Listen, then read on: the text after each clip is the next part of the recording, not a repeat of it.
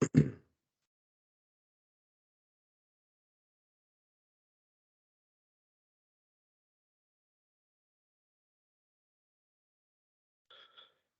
and welcome to this presentation on UCAS and personal statements. This is for first year A-level students and first year BTEC students. My name is Ben Orsesi. I'm one of the careers and higher education advisors based in the Angel campus.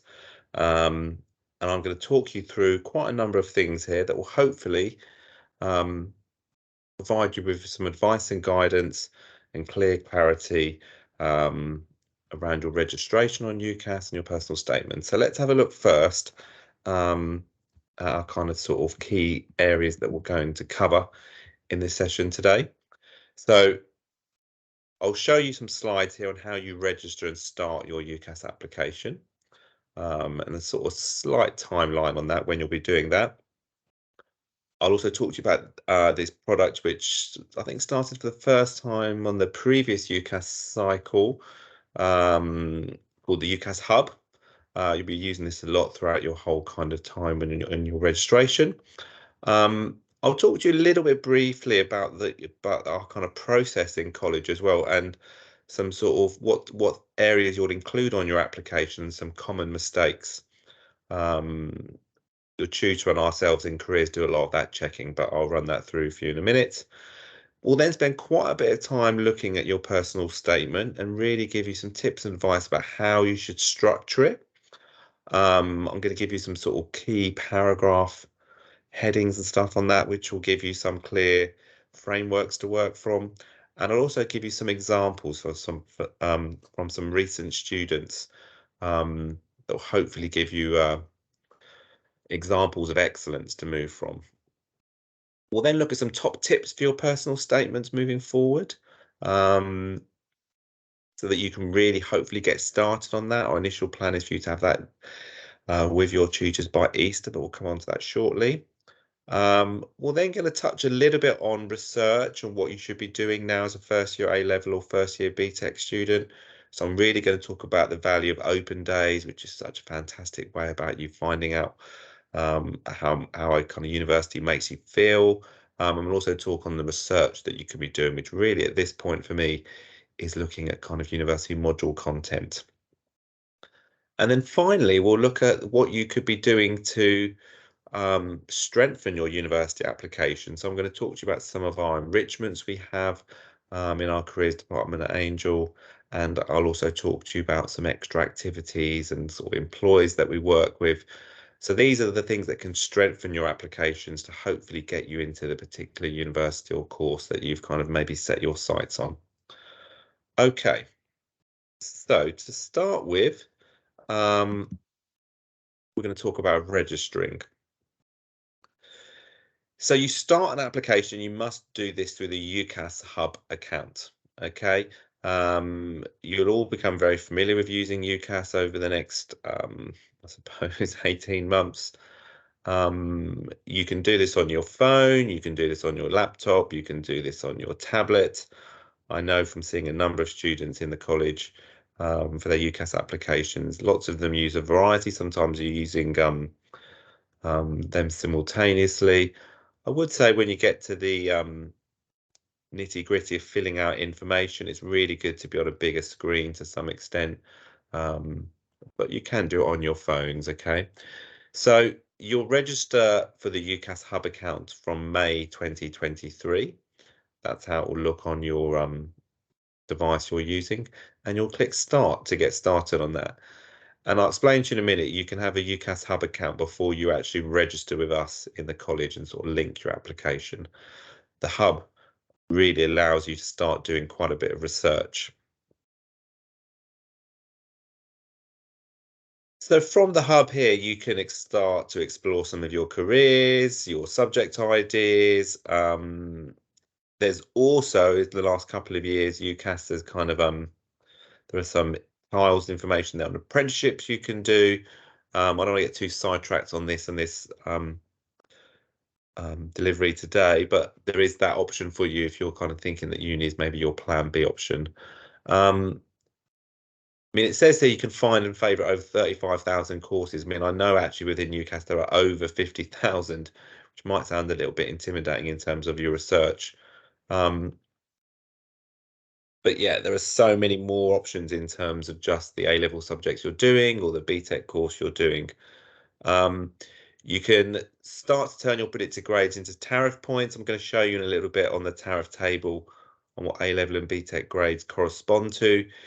This can be a bit of a kind of challenging part to understand within UCAS. Some universities use grades, some use points.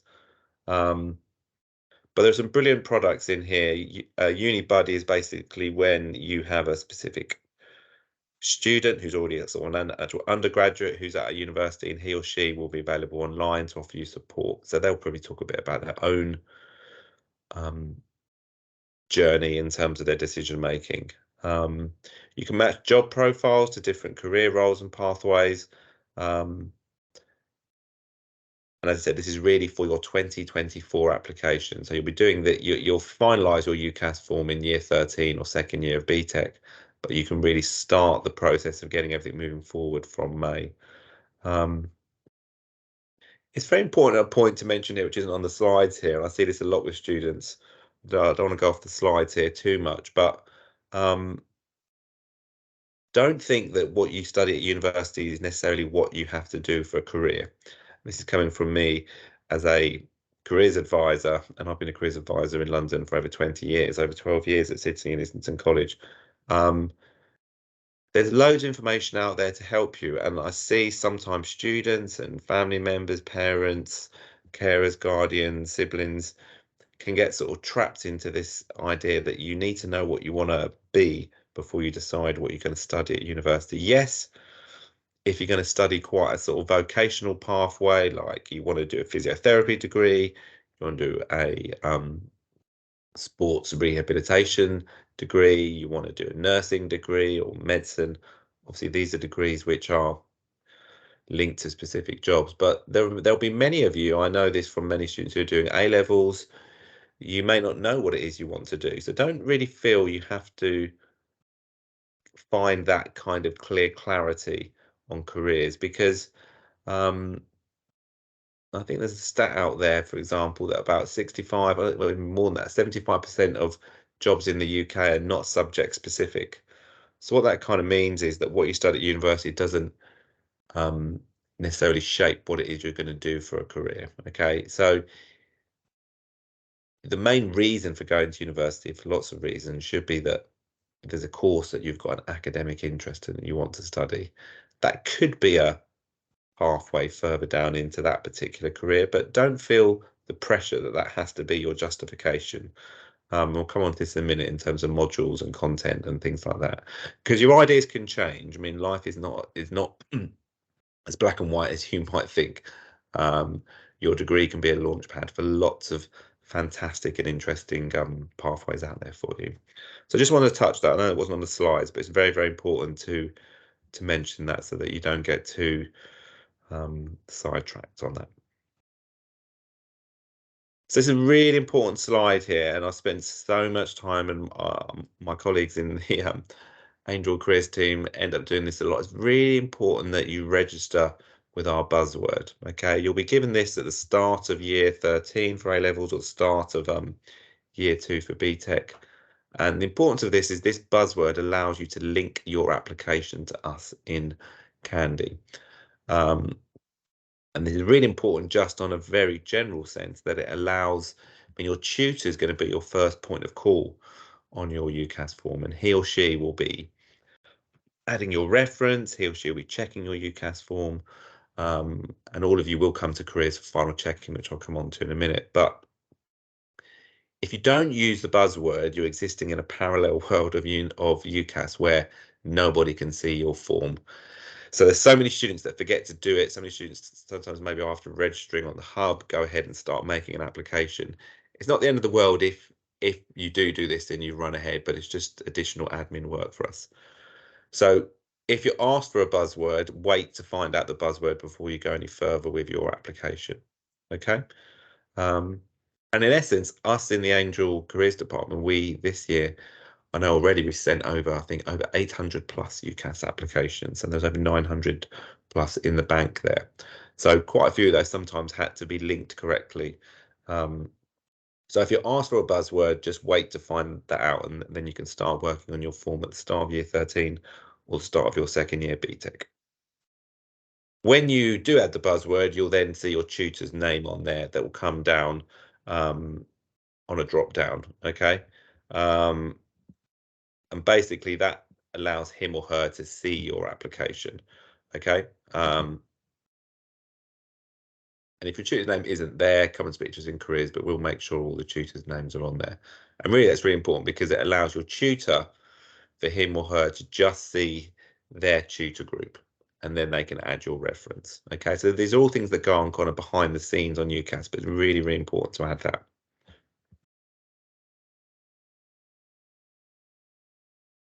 So lots of these areas will come quite clear when you start working on your application, start registering. A lot of the form is kind of, it's not really some of the most interesting things in the world, but this is life, I'm afraid. There's a lot of form filling you have to do in your life. There's lots of things you have to fill out on the UCAS form. I mean, you will, in a general sense, you have your form checked by your tutor initially, and then before the form is sent, you come to the careers department, which is room L27 in the sixth form, and one of us will check your form and let you know whether you've got any admin errors on it. Okay, so it doesn't matter if you make errors on these admin inputs, but there are some common errors which we find, which I said we'll cover shortly as well. Okay, the key part really of the UCAS form in lots of ways is that personal statement and your choices, and really it's aligning those choices with your predicted grades, and we'll come on to that in a moment. Okay, you will be able to see your reference as well when you come for final checking in the careers room, and we'll show you that in your predicted grades. But lots of these tiles will really come quite clear once you start filling out. And if in doubt, speak to a tutor, or come and speak to one of us in the careers room, and we'll show you how to fill those parts out. Okay. So again, these will come quite clear when you start registering on the form, but when you start updating your different sections of the form. But because our process in Candy is that you come to a sort of one-to-one drop-in meeting with an advisor like myself, we go through all the applications, and we do see some kind of really common errors, okay, and common mistakes. And I'll just run through a few of these here for you now, so that you may not remember these by the time you come to register, but it's useful just to reinforce these. So you must use our buzzword, which we've mentioned, which we'll give you at the start of the second year or year 13. When you go to the finance box, very important to put the student finance option there, which is the second option. And when you pick the education section, there are lots of different headings on there, but it's very important that you pick the City and Islington College Angel Campus heading. It's very important to capitalize your name. What I mean by that is the first letter of your forename, so your first name and the first letter of your surname. It really looks bad on an application form if you're not following very simplistic parts of the instructions there. So make sure all qualification titles have headings, but you'll probably be adding these and they'll come on drop downs. I suppose that education section is where we see quite a few errors. So it's really important that you add all of your GCSE grades. The heading actually says grades 9 to 1. So what that means is every grade has to be added. So yes, English language and maths are probably the two that are the most important ones, and we'll come to those in a minute in terms of entry requirements on courses. But you can't pick and choose the ones to include or not include. So if you didn't get 4s and above in some subjects and you don't want to include those 3s or 2s, unfortunately, those have to be added on there. Okay, it may not have as much impact on the application as you may think, but every qualification has to be self-certificated on there. I think the one example where you may be able to exclude is if you're resitting an English language or maths GCSE in college, and you get a 4, and then the old grade was a 3. The 3 doesn't really exist anymore. But again, check with us in the careers room or your tutor about that. So some other common errors here, again, those of you for A levels, you must add them as pending, okay? And for BTEC, you must add all of your first year module results and your second year modules as pending. And we like to stick to a consistent approach in the careers department. So you need to add August as the completion date for all of these qualifications. Although many of you, I appreciate, will sit your GCSEs or your summer exams at college around May, June, we just stick to keeping it as 08, okay? So like I said, your tutor needs to check your application and your statement and add the reference and the predicted grades. And then we in careers give it a really thorough check. And we've all got years and years of experience of going through applications and providing really good advice. And certainly if you end up speaking to an advisor like myself, once we've got past the admin checks of your form, really the key part of an application is that you have a good range and balance of subjects. And that these all are like basically that there's a good marriage between your university choices and your predicted grades. And that can often be where students can get not maybe upset, but a little bit surprised. And this is really the advice if you've come to us for a careers appointment before, we can run through how you make sensible applications. And the wide college rule is that everyone has to have one choice below their predictions.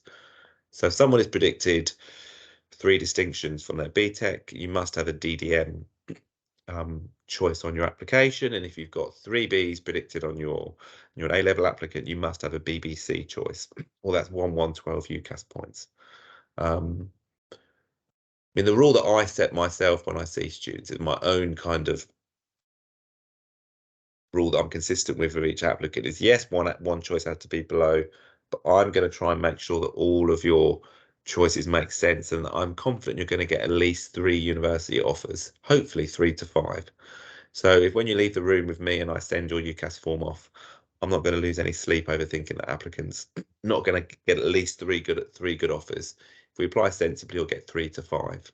Okay, that is the kind of key part of your application and the key part of your research at the moment.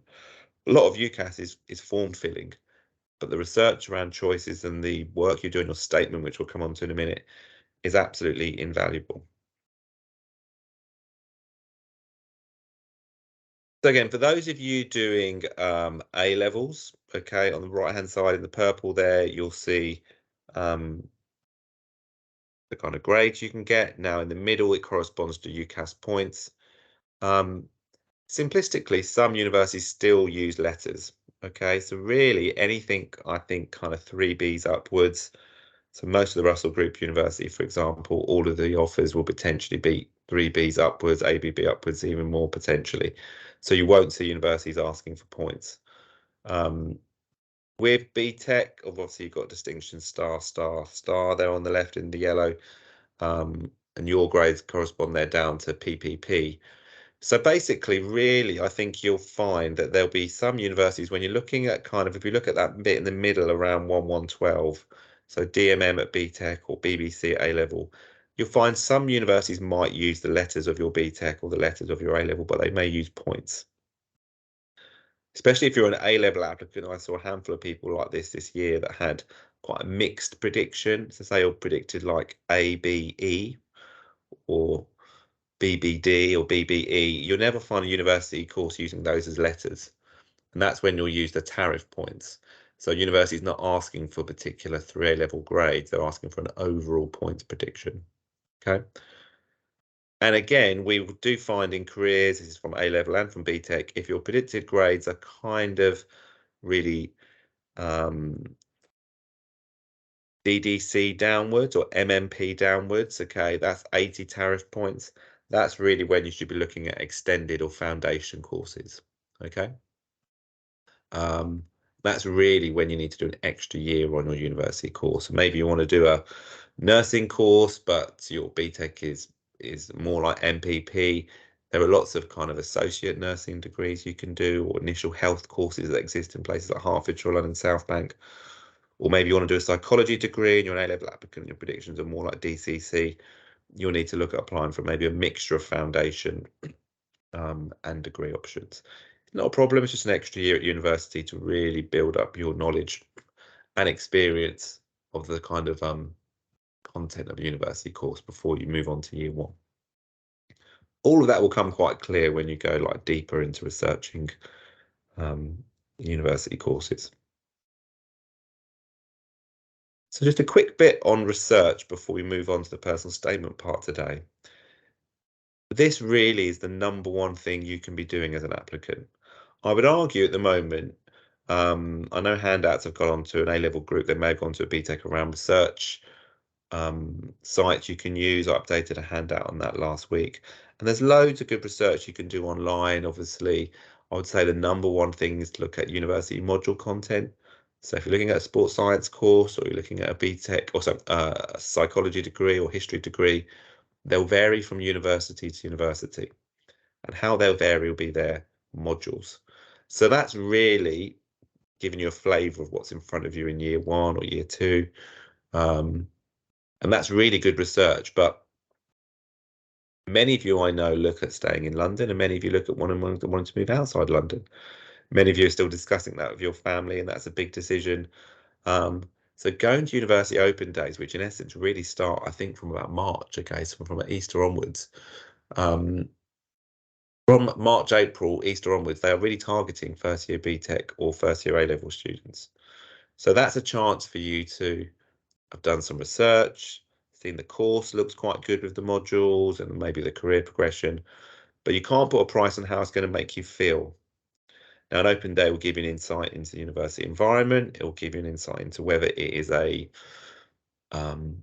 campus-based university, so places like Sussex or UEA in Norwich or Warwick, Leicester, Essex. These are big campus-based universities where it's all like on one big site. So it's like a big student world that often exists on the outskirts of a big city or a big town. But there are other universities I know and have visited to these over the years, places like Manchester, Portsmouth. They're kind of split sites. They've got like split city centre sites. So it's a bit like if you imagine a city in Islington College. We've got sites in Angel, Holloway, Finsbury Park, and there are other parts of the Capital City College group as well. So an open day will really bring everything to life. I mean, if you just, it's a very simplistic site. If you go into opendays.com or just type in open days into any Google search engine, you'll find all the open days. They'll be on the university websites as well. And that really is the number one thing you can be doing. And again, especially if as a family you're unsure about moving away from home, take mum or dad or your parent, carer, guardian, or brother or sister or sibling. I think it's better to go with family rather than large groups of friends. I think if it is friendship groups, small groups of 2 or 3, you need to go with a clear focus and finding things about for you rather than going in groups of friends and just walking around and not really getting a feel for it. The open days will really give you an insight into whether that's a good fit for you in terms of place. You can do all the research you want online, but unless you visit a place, it doesn't give you that kind of warm sort of belly feeling. And you can't put a price on how that makes you feel. And that's good, would potentially shape your whole decision making. So you could visit Manchester University or Warwick or Leeds, really like it. Or on the other side of it, you could go to it and not get a good feel, not get a good experience.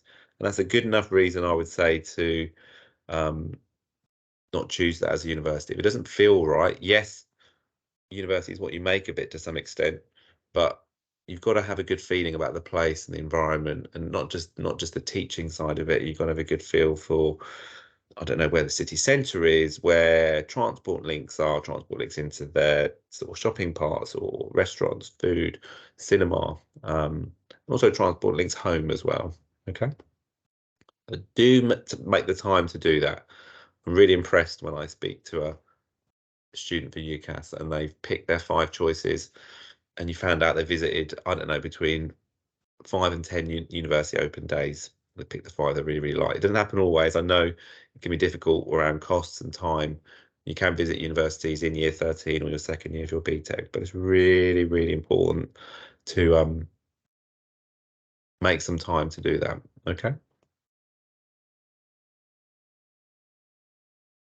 So we're going to spend quite a bit of time now talking about the personal statement, which might be something you're a little bit worried about and concerned about. We are At the moment, hoping that you can get a draft of this to your tutors by Easter. This is obviously under the impression that you know what you want to study. Obviously, if you're not sure, you can talk to your tutor or come and speak to us in careers. But I'm just going to talk to you a bit first about some of the stages here. So, the first people that may read your statement may be a general admissions team. So he or she may check you've got the correct qualifications and have the right grades and predicted grades. And also the second stage could be like the admissions tutors. So these could be the people who are actually teaching you. So if you're applying for a sports science or physiotherapy course, the person reading it will be the lecturer, who will be the person who will be effectively running your particular modules, or he or she may be written some textbooks that are in the library of that university. So they want to just find out, is this someone I'm going to want to teach to some extent? And how have they come to this decision? There are 50,000, as I mentioned earlier, 50,000 plus different degree options out there. How have they come to this decision that this is the course for them? Okay. So obviously helps them to decide who to make offers to, helps them decide who to give an interview for. Many courses don't interview, don't worry about that to some extent. If you're applying to Oxford or Cambridge or medicine, dentistry, or courses like nursing, physiotherapy, some more the vocational things, there may well be an interview part of it. But do be aware that universities give out more offers than places as well. Okay, so if a history course has got, I don't know, 200 seats available, they don't give out 200 offers. They know that they have to give out more offers than places because everyone will pick them. So universities are keen to offer, but there'll be some university courses, especially things like medicine or physiotherapy, that may have sort of government number controls on them as well. So the statement allows the admissions tutor to understand whether this student understands the nature of the course. Okay, as I said earlier, if you've sort of engaged and looked at module course content, really should be quite embryonic in how you're writing that statement, I would say. And I'll come on to a structure for that in a moment. Again, I'm going to provide you some examples of this in a minute where people haven't chosen things correctly, chosen correct qualifications. But, it's going to give the admissions tutor an idea whether the applicant is hardworking. Are they going to cope with the academic demands of the work? Have they properly researched their course and careers? University is very different to A levels or a BTEC. It's a lot more independent study. And so you're actively choosing to go. So yes, you'll be given support from tutors in maybe large lecture theatres or seminars, but you've really got to get on with things yourself. Okay, and that's what's very different from studying at college, studying at university. So they are going to want to see whether you're going to cope, and hopefully are unlikely to drop out. Okay. It becomes very clear on a statement whether someone's properly researched it or whether it's been a last minute decision. Okay.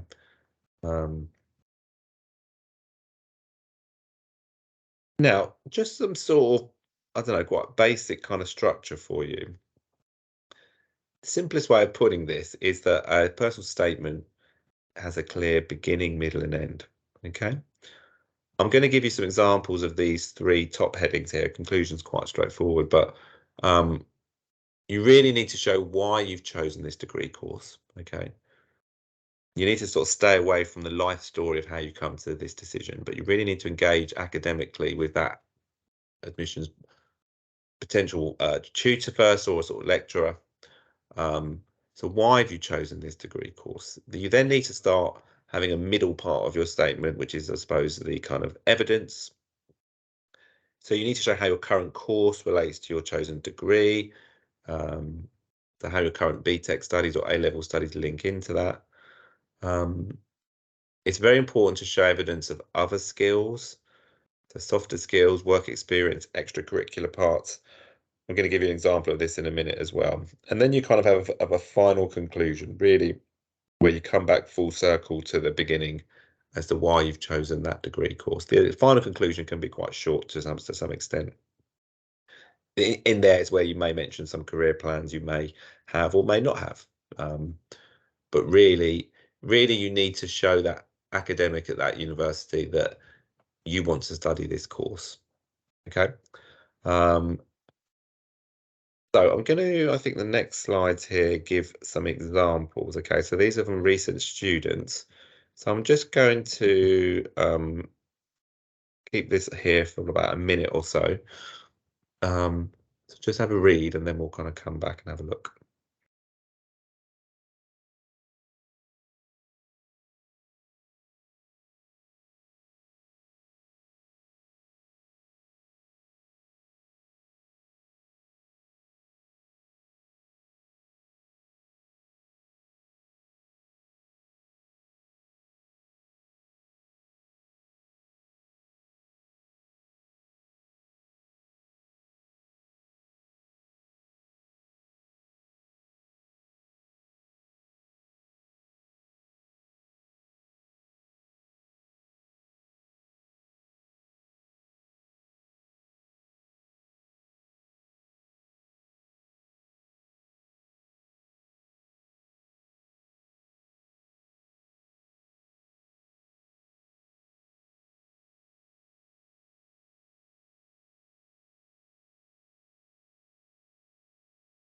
Okay, so I think this is a really, really well worked opening paragraph here. I mean, this student moved on to a very academic university for this course. Like the way that this student sort of sets the scene, is very well written. I like the way she's using a personal example from her family. Again, this is obviously going to be prevalent to many of you in the college. It really shows that she's really thought about it and really provided an example that's kind of prevalent to her, and is kind of important for her moving forward. Okay. I think that's really about the maximum you should be thinking about on an opening paragraph as well. I mean, it probably is the most important part of the statement, I would say, the opening paragraph. Um, Again, if you're applying for different combinations of courses, this can make things a bit confusing. And that your course titles don't have to say exactly the same. I don't think this student had history and economics as every course, but it was at least 3 or 4 of them, I think. I think with any course you're applying for, you need to show what's the fundamental reason why you want to study this at university. Effectively, what are you going to give back as well? Like, I mean, what you're going to give back in terms of like a course like this, a student would be doing lots of seminars, small group works together. So it seems like an engaging applicant who wants to learn. Okay, it makes you want to read on to the next paragraph. Okay, so this is a student applying for a sort of sports exercise course, and they're showing not the opening paragraph. This is them showing how their course links into it. So I'll give you a minute or so to read through.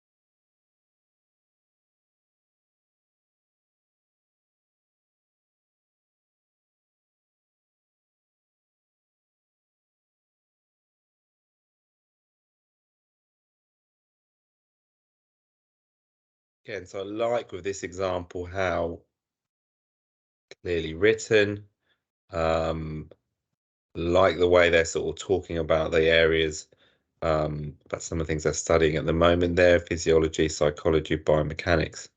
There's probably some overlaps on that on the module course content of the course he or she's applying for. But again, it's sounding like a natural decision as to how this student has chosen, I suppose, their BTEC in the first instance, and how this is then leading on to the more specialised degree course that he or she is applying for. Okay. Again, it just seems like an applicant who wants to learn, has been able to self-reflect, And sounds like the sort of student, again, you'd want to read more. I mean, on these parts here, you may have another paragraph as well if there's more things to talk about. But yeah, I think this is well written, and there's good self-reflection there. So the last one I'm going to show you is someone who's applying for a health course. This is this was for medicine, but this can fit for any of you applying for a health course, I think, whether it be medicine, nursing, midwifery. So it's about the sort of work experience and the sort of self-reflection on that. So we have a read through here. I'll give you a minute.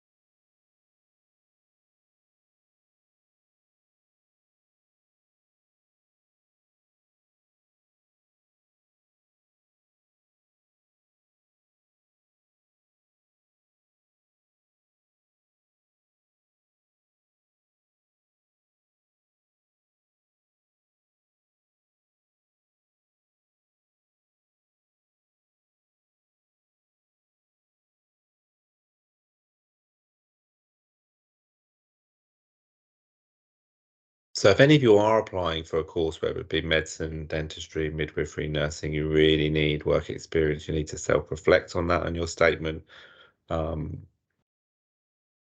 Really, you're showing your evidence of being empathetic and caring and compassionate. Anyone can say that, but the statement is your chance to demonstrate it and provide evidence of it and self-reflections. So, and commitment, I mean, this student gets straight to the point and says, I've been volunteering at camp for 8 months, which is incredible. But they've been able to reflect on or they've been able to say is effectively what they were doing, but they've been able to reflect on the really important parts of what skills and everything that's developed and what it's shown to them in terms of dealing with something very, very challenging, as in Alzheimer's there. And also, you know, they've been able to add a sort of political point on stuff there about some of the things that they found. So it's quite an interesting kind of just a well-written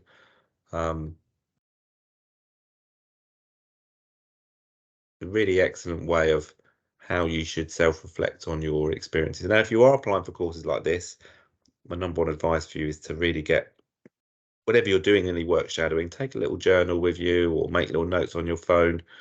You really need to make little diary entries of things you've been doing and what you've learned.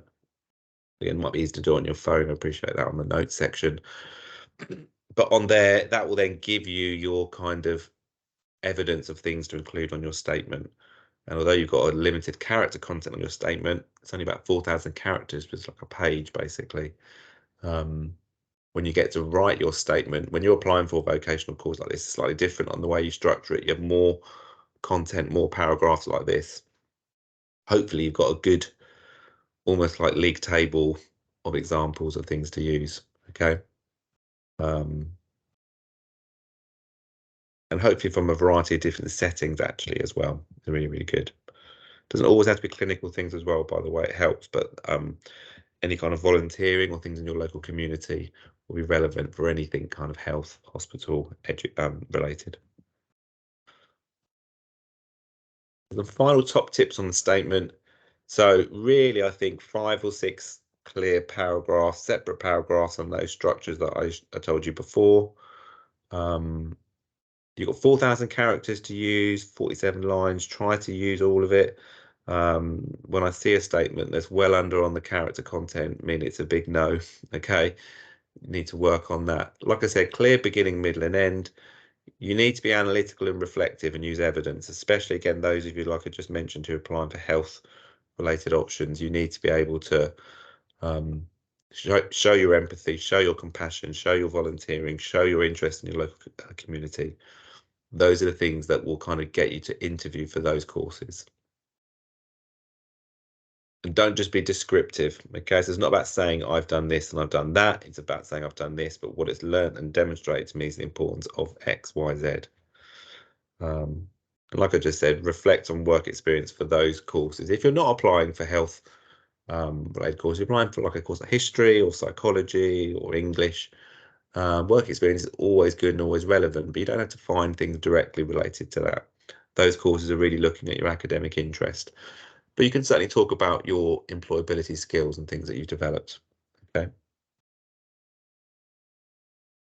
So be honest. Okay. UCAS has a sort of checking process of the forms. They check for plagiarism, so they go through her system and they can, a heat map comes up. So if you find things from the internet, be careful about thinking that it's your own words. Okay, you must use your own words. Don't try and use too much information online. I would say they're really, start early, start drafting. Like we said, Easter is ideally a chance to give your tutor a first draft of it. Spelling and grammar, obviously, more people that look over it, the better. So you've got your family members, teachers, tutors, universities, career staff. We'll all give you slightly different feedback to some extent. I know in the careers team in Angel, if you speak to myself or another colleague in another room, they may tell you something slightly different. No one's going to give you the exact same advice. It's quite a subjective thing. And it is an important statement, don't get me wrong, but I would really focus on your 5 university choices as well. Sometimes students spend so long on their statement and then just almost throw choices in. Okay, really, the open days and the checking university courses and modules really is even as important or even potentially more important than the statement. Okay, because those are the things that will get you offers to some extent, the predicted grades. Okay, so I think that's our last bit on statements. Hope you found that useful. So I'm going to give you some sort of top tips and stuff moving forward and other things to think about and give you some examples of things we found recently. You must check exact entry requirements. We will check all UCAS forms in careers, and your tutor will before that. When it gets very busy around sort of late November, December, January time, we are expecting that you've done quite a bit of this checking yourself already. Okay. I'll give you some examples in a minute, real examples, but a good example could be a student needs a grade 6 in their English language to do a course, and they think, oh, I've got a 5 and a 6 in my literature, that's okay. It may not be okay, it probably won't be. In that instance, ring the university, check. If it states a specific entry requirement it wants, GCSE, you probably more than likely must have that. Okay. And be careful with universities on their sort of grades they want. Sometimes they might say we want, I don't know, let's say an A-level AAB to 3Bs. And sometimes students just focus on the lower end, look at the 3Bs, or they might say distinction star DD to 3Ds. I mean, I always look at the higher end of that in terms of what they're looking for. Okay. Don't see what you want to see. Okay. If in doubt, check with a tutor or us in careers. So I'm going to give you some examples here of things we found recently. I think it's easier for you to read than me, but some example here, Queen Mary, law, predicted grades too low. So again, law, super competitive, one of our most popular options for students. You can have 1 or 2 choices above your predicted grades, but if there are too many choices like that, it'd be hard for the university to give you an offer, especially if the university wants an A-star prediction and you don't have that. It's a big no to apply unless you have that. But that's why I said it's good to have a good range and balance of choices, but we'll look very closely at that when you come for final checking.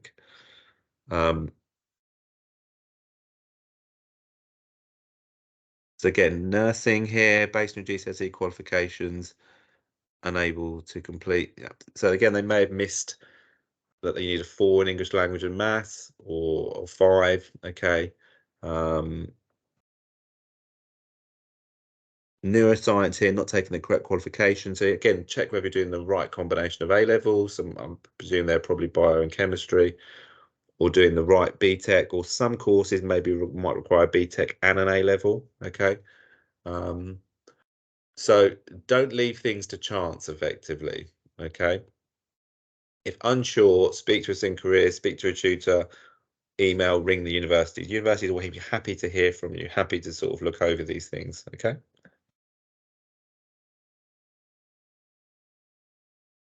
The midwifery here, West London, did not demonstrate enough knowledge. So really, they've not researched it properly. He or she maybe not shown enough evidence on their kind of personal statement around the vocational work experience and things we were talking about. And dental hygiene here, personal statement does not show enough to support your application. So again, something like dental hygiene, you really need to have been in a dentist, with a hygienist or dentist. Obviously, they can do the hygienist work as well. You need to have a practical application and understanding of that.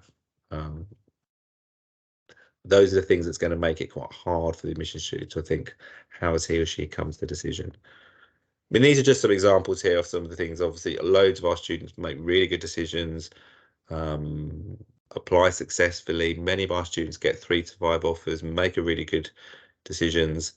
But some of you obviously leave things to chance or just think, oh, I'm sure it'll be okay. Like, I mean, certainly when you come to see an advisor like me, I'm going to, even on busy times, I'm going to make sure I try and don't miss things like this. But it can be difficult during busy times. So do make sure you're checking everything, and not basing it on a kind of an actual assumption that you meet the grades. I think the English language one is the key one there on GCSEs. Okay.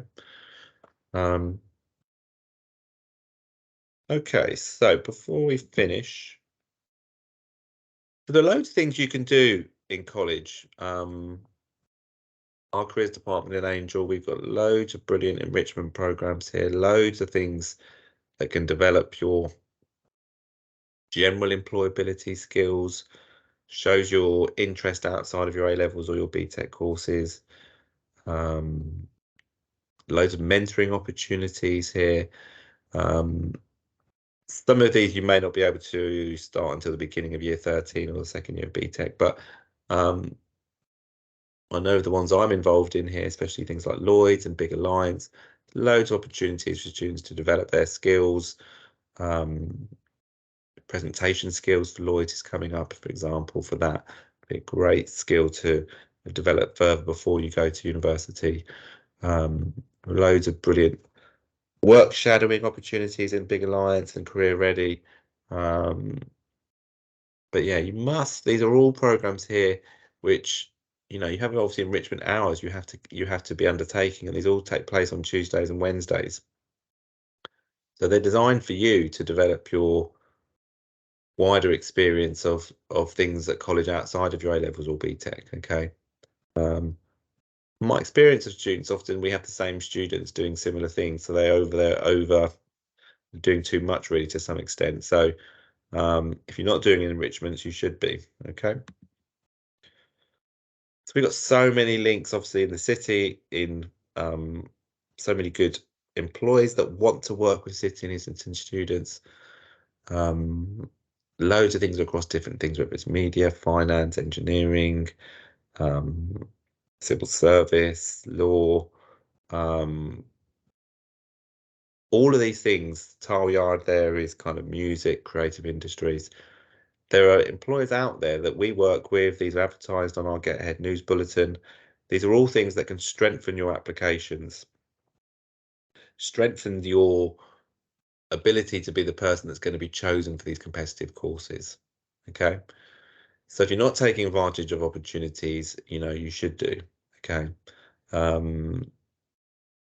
You should be the student that's getting to the point when they're doing their statement, they've got too much good stuff to talk about because you've got involved in lots of opportunities, and your statement then is really you showcasing all the best elements of your recent experiences. Okay. So yeah. There's so many people go to university. Yeah, it's a crowded, competitive employment market out there. Many of our students from Candy, from the Angel campus, from A-Level and BTEC go on to university. But, I'm sure you're aware that a university doesn't guarantee you a job. If and when you go to university, there'll be careers departments there that will help you develop your career journey on further.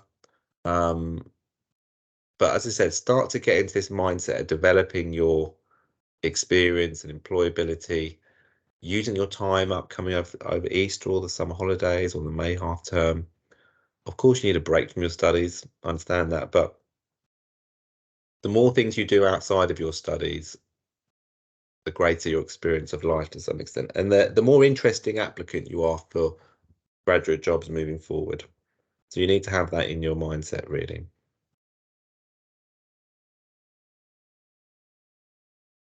Okay, so to finish off here, I've already mentioned this already. Must read university module course content. This is the thing that's going to really shape your decision making of whether you should visit a kind of university. Okay, so again, like I said, it will vary from university to university. Okay, BTEC courses and A levels are often quite nationally driven. So how you study in our college could be quite similar to a college, Sheffield or Leeds or Southwest England, yeah. But universities have varied module course content, and that's how you make a good decision over whether it's a good fit for you. I'll talk to you in a minute about making careers appointments. You know, don't be afraid to ask questions, raise concerns with us, admissions tutors. Your first year at college and year 12 for A-levels or year 1 BTEC is not a warm-up year. Pretty much, you know, your first year marks or first year exams shape your predicted grades, and that shapes the kind of flavour or colour of your UCAS form and choices to some extent. So work hard so you've got kind of good predictions that can shape a wider breadth of university choices. Okay, we will have a summer careers fair taking place in June. More information that will come out soon. Unconditional offers is where unis give you an offer where you don't need to have a final grade. Be careful with those. It can be great to some extent, but come and speak to us in careers with that. And you need to be like, as the graphic there shown, you want to stand out from the crowd. You want to be the people that you want to be the applicant that's got 3 to 5 offers to pick from. Makes you feel good moving forward on your final year of your BTEC or A levels. So to finish off, you can book a careers appointment with us, myself. There's 3 careers advisors in the Angel site, myself, Hoyen, and Elizabeth. They're available face to face, or you can do them through Teams if you want, but most of you prefer face to face. These are Monday to Friday, 9 till 4. Just go onto that QR code, on that link. There's also drop-ins available as well. So Monday to Friday, 9 till 4. That's where one of us is available for a quick 5-10 minute chat. Quite often a student thinks it's a drop-in, but really they should make a longer appointment. But we can have a quick discussion and a quick assessment of that if you pop into the careers room again, which is L27 in the careers, in the sixth form building. So that's us, myself there, Hoyen and Elizabeth, and Stefania, who's our careers manager as well. So yeah, everything's available Monday to Friday. We're all obviously very friendly and approachable, and yeah, come and speak to us, and here are our email contacts if you want to get in touch that way as well. Okay, so that's as much as I wanted to say today. I hope you found that a useful and engaging session for you. Get started on the research, get started on the statements, and we'll hopefully see you all soon. Thanks very much. Bye.